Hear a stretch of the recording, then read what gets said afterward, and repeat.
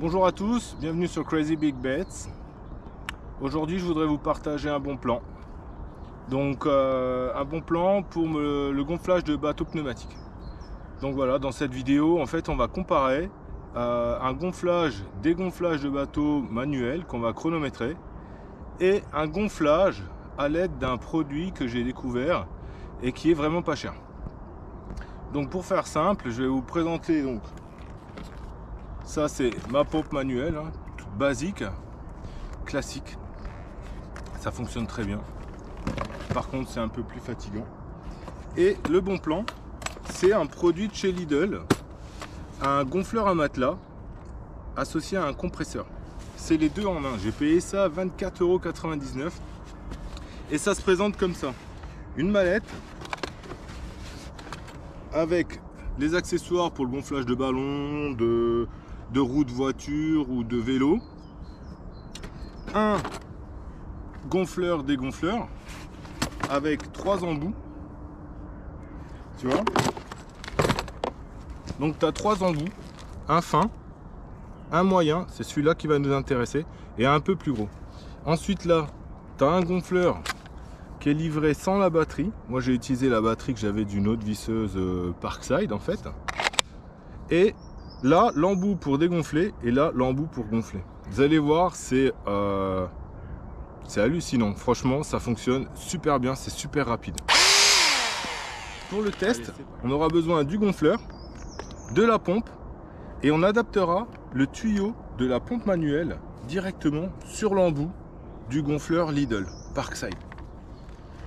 Donc première étape, gonflage manuel. On va chronométrer combien de temps ça prend pour gonfler un bateau de 2,70 m avec une pompe manuelle. J'ai 3 compartiments dans le bateau, donc j'ai 3 fois la valve à brancher et à gonfler. Donc c'est prêt, c'est parti.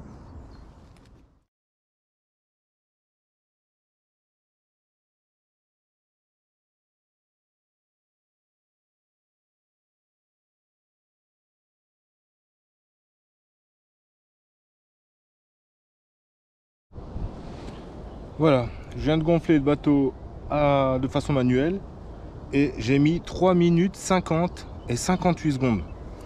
C'est pas énorme, mais par contre, t'as déjà bien commencé l'échauffement pour la pêche. Bon bah maintenant, il ne reste plus qu'à gonfler le bateau. On va le gonfler avec le gonfleur. Je vais réutiliser le tuyau de la pompe.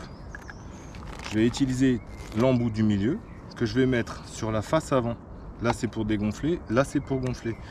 Je l'emboîte là, le tuyau qui est vissé dans la pompe, je l'emboîte sur cet embout là. Et c'est parti.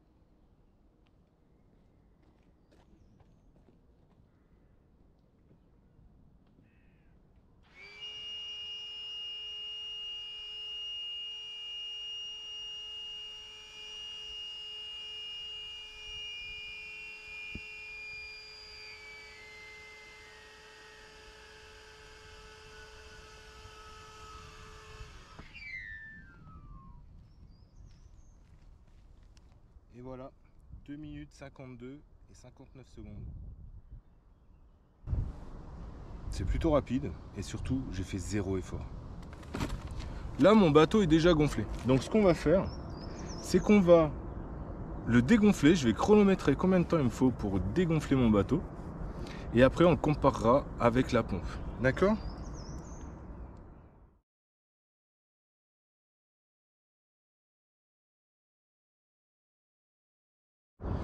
Résultat, 1 minute 38.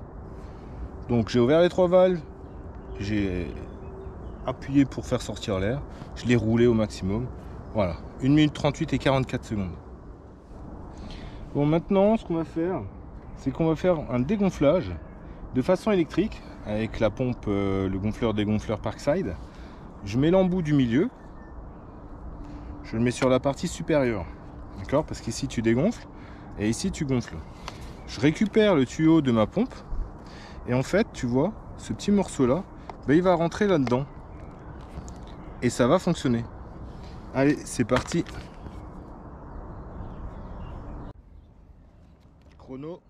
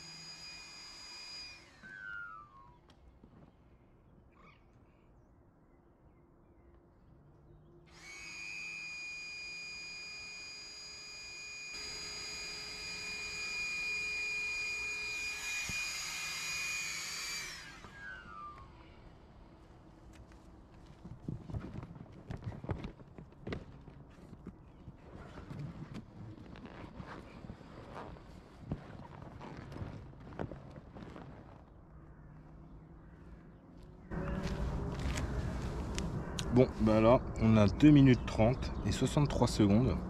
Par contre, comme tu peux le voir, j'ai fait 0 effort. Et le bateau est beaucoup plus dégonflé que si je l'avais dégonflé de façon manuelle. Il reste toujours de l'air quand je le dégonfle de façon manuelle.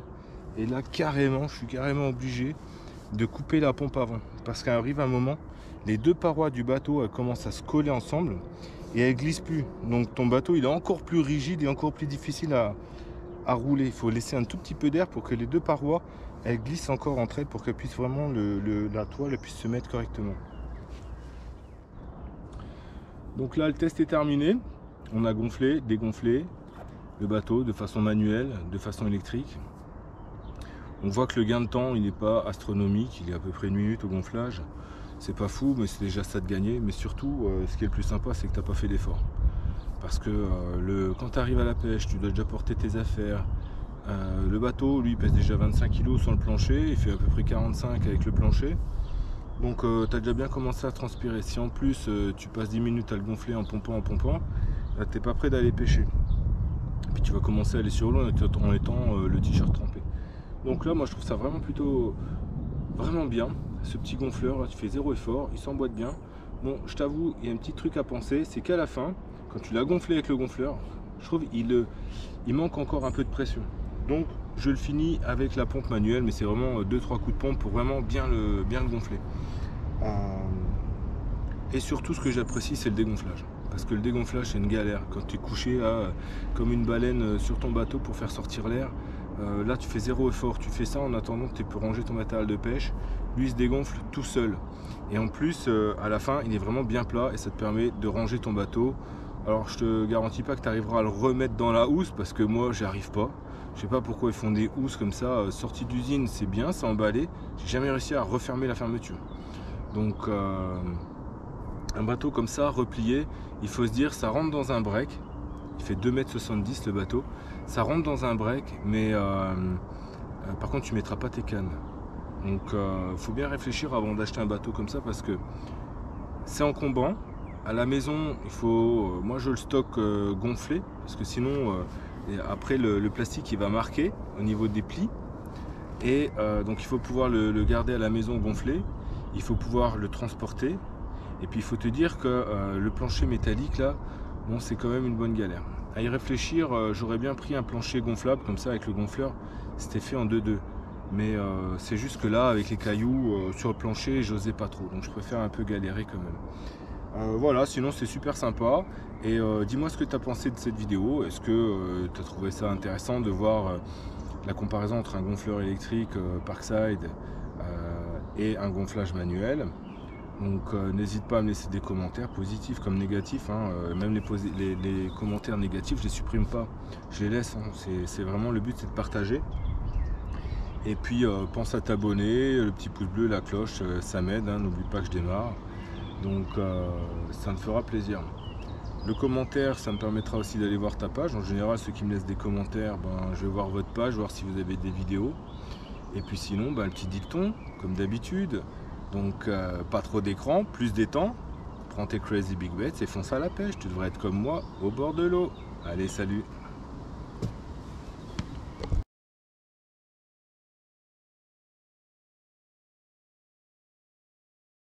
Tu vois? Donc là, tu as les 4 planches. Elles sont numérotées. Tu vois? 4, 3, 2 et 1. Ce qu'il faut faire, c'est les emboîter les unes dans les autres en les alignant là. Tu vois? On va y à l'herbe. Ensuite, tu emboîtes la 1 et la 2. Hop. Comme ça. Et après, dans ton bateau, il va falloir incliner celle-ci, incliner celle-là, pour que les deux, elles rentrent l'une dans l'autre et qu'après, tu les appuies pour qu'elles soient bien emboîtées. Mais le plus difficile, c'est pas seulement d'emboîter les planches. Ça va être de mettre les barres de renfort là. Bon, moi j'ai mis de la moquette dessus parce qu'en fait s'il y a des petits cailloux, quand tu les mets dans le coin du bateau, les petits cailloux sur la surface dure, ça va vraiment accentuer l'abrasion. Donc là du coup, ce qu'il faut faire ensuite, c'est une fois que tu as emboîté, tu as bien emboîté tes planchers là, tu vas devoir enquiller ça à l'intérieur, tchac. Et puis le rebord là, il va falloir qu'il rentre bien là-dedans là. Tu vois, et du coup ça va rigidifier le bateau. Bon, ça franchement c'est le plus compliqué. C'est vraiment, il y a un coup de main à prendre. Au début tu passes un bon moment.